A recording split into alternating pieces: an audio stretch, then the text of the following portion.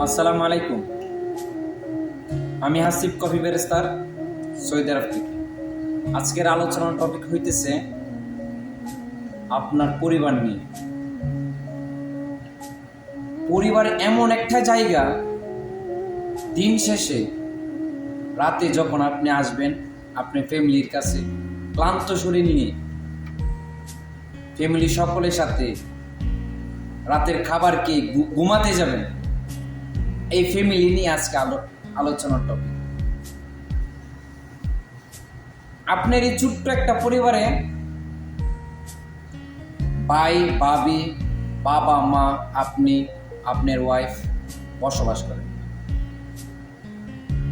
এই পরিবারের মধ্যে ঝগড়া, কথা কাটাকাটি থাকতে পারে, কিন্তু আপনার এই সুন্দর ফ্যামিলিটাকে যদি আপনি ভালো রাখতে চান,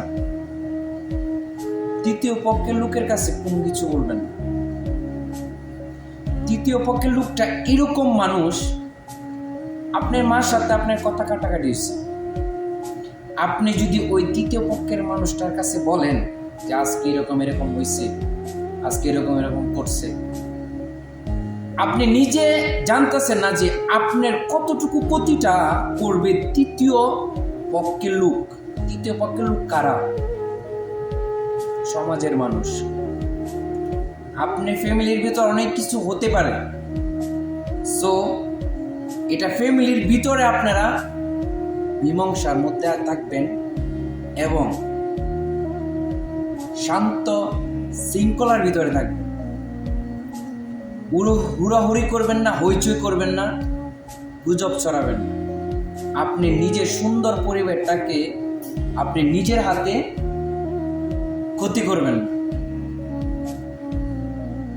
আপনার ফ্যামিলির ঝগড়া হতে পারে, আপনি যদি গ্রামের চেয়ারম্যান, মেম্বার, ভাইস চেয়ারম্যান, গ্রামের মাতা ওলালু, এদেরকে যদি আপনার পরিবারের ভিতরে আয়না ঢুকান, আপনার পরিবার শেষ। আপনার সুন্দর সংসার, সুন্দর একটা পরিবার থাকবেন শেষ। সো আমি যেটা বলতে চাই, প্রত্যেকটা পরিবারের মধ্যে একজনের রাগ বেশি থাকতে পারে বা কম থাকতে পারে। যার বেশি একটু রাগ, তার কাছে আপনি নিজে হেরে যান, তাকে ছাড় দেন। তার যখন রাগ কমে যাবে, দেখবেন অবশ্যই আপনার কাছে আইসা সে মাপ চাবে। সো তৃতীয় পক্ষের লোক আপনার পরিবারে আনবেন না, আপনার ঘরে আনবেন। কারণ তৃতীয় পক্ষের লোক সবচেয়ে খারাপই করবে আপনার পরিবারের সাথে। আপনার কথা বলবে ওনার কাছে, ওনার কথা বলবে আপনার কাছে। সো তৃতীয় পক্ষের লোক কখনো আপনার ফ্যামিলির বিষয়ে আইসা বা আপনি গিয়া কোনো কিছু বলবেন না। যা হয়েছে আপনাদের ফ্যামিলিটার ভিতরে আপনারা মীমাংসা করবেন। যাই হোক, আপনারা মীমাংসা করবেন, দেখবেন পরিবার সংসার অটল থাকবে, কখনো ক্ষতি হবে না।